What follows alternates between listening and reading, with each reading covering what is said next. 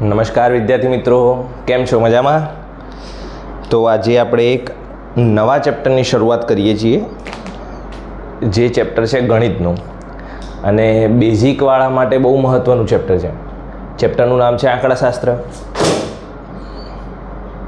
તો એ આંકડાશાસ્ત્ર ચેપ્ટર વિશે આપણે થોડી માહિતી લેતા જઈએ.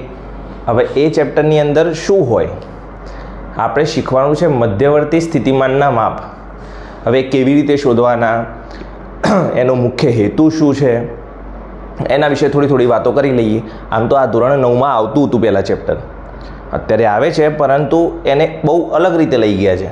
એટલે આપણે ધોરણ 9 પણ શીખવું પડશે, જૂનું હતું એ, કારણ કે એનું પણ પૂછાય છે પરીક્ષામાં. તો એની થોડી નાની વાતો કરીને પછી આપણે શરૂઆત કરી લઈએ. તો હું દર્શન સુથાર, સ્વાગત છે તમારું ચેનલમાં.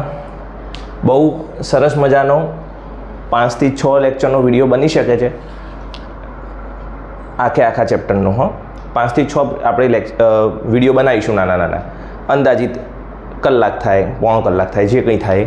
તો શરૂઆત કરીએ છીએ. ચેપ્ટર કયું છે? 14 કે 13? Okay, chapter number 13.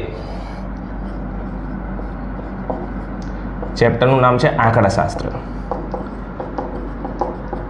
હવે આની જરૂર શા માટે પડી, થોડું સમજી લઈએ. આમાં એવું છે કે આપણી પાસે ધારો કે એક નહીં, ઘણી બધી માહિતીઓ છે. એક માહિતી નથી, આપણી પાસે ઘણી બધી માહિતી છે. હવે સોરી, આ માહિતીને મારે દર્શાવવી છે, એનું ચોક્કસ નિર્દેશન કરવું છે, તો મારે ત્યાં આંકડાશાસ્ત્રની જરૂર પડશે. હવે કેવી રીતે? માની લો કે હું એક 10 ઓવરની મેચ છે, T10 મેચ. હવે એ મેચમાં પહેલી ઓવરમાં 8 રન આવ્યા, બીજી ઓવરમાં 7, ત્રીજીમાં 10, ચોથીમાં 12, પાંચમીમાં 0, છઠ્ઠીમાં 3, પછી 5, પછી 15, ચલો 6 છક્કાએ મારી દઈએ અને 4 ચોક્કાએ મારી દઈએ. તો મારી પાસે 10 ઓવરના કંઈક આવી રીતે રન આવેલા છે. હવે મારે આ વસ્તુને આઈડેન્ટિફાઈ કરવાની છે. કઈ રીતે? તો કે હું એમ કહું કે તમે રન રેટ જોવો છો. ખબર છે ને? બધાને નહીં ખબર હોય, કારણ કે અમુક છોકરાઓ મેચ ના જોતા હોય તો પાછું તકલીફ પડે. રન રેટ એનો મતલબ શું? કે દરેક પહેલી ઓવરમાં 8 આવ્યા, બીજી ઓવરમાં 7 આવ્યા, તો પહેલી ઓવરની રન રેટ 8 થઈ, બીજી ઓવરની 7 થઈ, પણ બંનેની ઓવરની ભેગી ગણવી હોય તો 8 + 7 15 ભાગ્યા 2 ઓવરના. ટૂંકમાં તમે શું શોધો છો આની અંદર? સરેરાશ. સરેરાશ કેવી રીતે શોધાય? કુલ સંખ્યા ભાગ્યા કુલ પરિણામો. આ બધાનો જ સરવાળો કરીએ છીએ. 10 ઓવરનો સરવાળો ભાગ્યા કુલ 10 ઓવર, તો મને એ સરેરાશ મળે. અને એ સરેરાશને આપણે અહીંયા આંકડાશાસ્ત્રમાં કહીએ છીએ મધ્યક. જો આટલું સમજી લેજો એટલે તમને સહેલું પડે. વિડીયો ઇન્ટ્રોડક્શન માટે છે, તમને ઇન્ટ્રોડ્યુસ કરું છું કે આ ચેપ્ટરની અંદર તમારે શું કરવાનું છે, કેમ કરવાનું છે.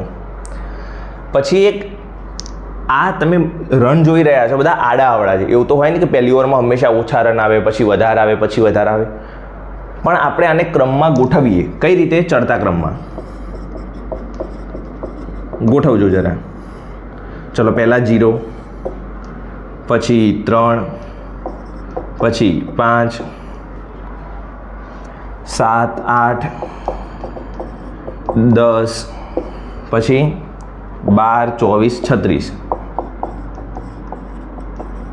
1, 2, 3, 4, 5, 6, 7, 8, 9, 15 રહી ગયા. ઓકે, 15, 24, 36 આપણે ચડતા ક્રમમાં ગોઠવ્યા. હવે આની મધ્યમાન કિંમત કઈ? મધ્યમાન એટલે મિડલ, વચ્ચોવચ હોય. જણાવશો મને? એવું તો સાહેબ કેવી રીતે ખબર પડે? તો એ મધ્યમાન કિંમત શોધવા માટે આપણે અહીંયા મથીશું મધ્યસ્થ. એના માટે આપણે શું શીખીશું? મધ્યસ્થ. હવે છેલ્લું, આમાંથી કંઈ રિપીટ નથી થતું એટલે હું આમાં નહીં કહી શકું. પણ માની લો કે આ જ 10 ઓવરના રન આવા કંઈક હોત 10, 10, 9, 8, 9, 10, 9, 24, 36 અને 0. તો આમાં તમે જુઓ આ જે 10 ઓવરના ફરીથી રન દર્શાવ્યા છે એની અંદર એક આંકડો સતત રિપીટ થાય છે 10.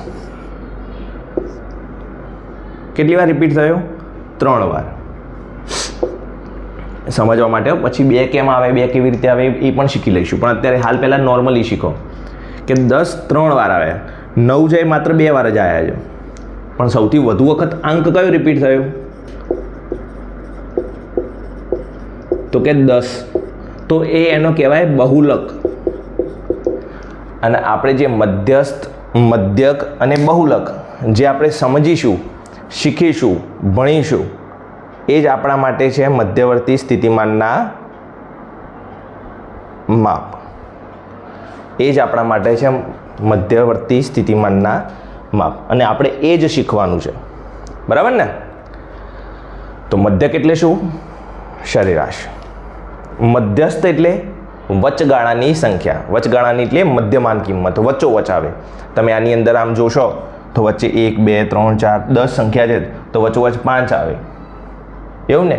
પણ આપણે એ રીતે નહીં શીખીએ કારણ કે એ ખોટું પડશે. એના માટે પાછા 2 નવા સૂત્રો આવશે જે 9મા ધોરણમાં પહેલાં આવતા હતા, હવે નથી આવતા. તો એ કેવી રીતે શીખીશું એની પણ વાત કરીશું. અને 10મા ધોરણમાં કેવી રીતે છે એ પણ વાત કરીશું. બહુલક સૌથી વધુ વખત રિપીટ થાય એ આપણો બહુલક. પણ જ્યારે આપણે 10મા ધોરણમાં વાત કરીશું ત્યારે એ આખું અલગ પડશે કારણ કે એનું સૂત્ર આવશે, વર્ગ હશે, વર્ગ લંબાઈ હશે, એની આવૃત્તિઓ છે અને એના ઉપરથી આપણે વાત કરવાની થશે. તો આજના એક નાના ઇન્ટ્રોડક્શન વિડીયોમાં આટલું જ કે આપણે મધ્યવર્તી સ્થિતિમાનના 3 માપો ભણવાના છે. કયા કયા? મધ્યક, મધ્યસ્થ અને બહુલક. તો નવા વિડીયોમાં મળીએ ત્યારે આપણે શરૂઆત કરીશું મધ્યકથી. આવજો.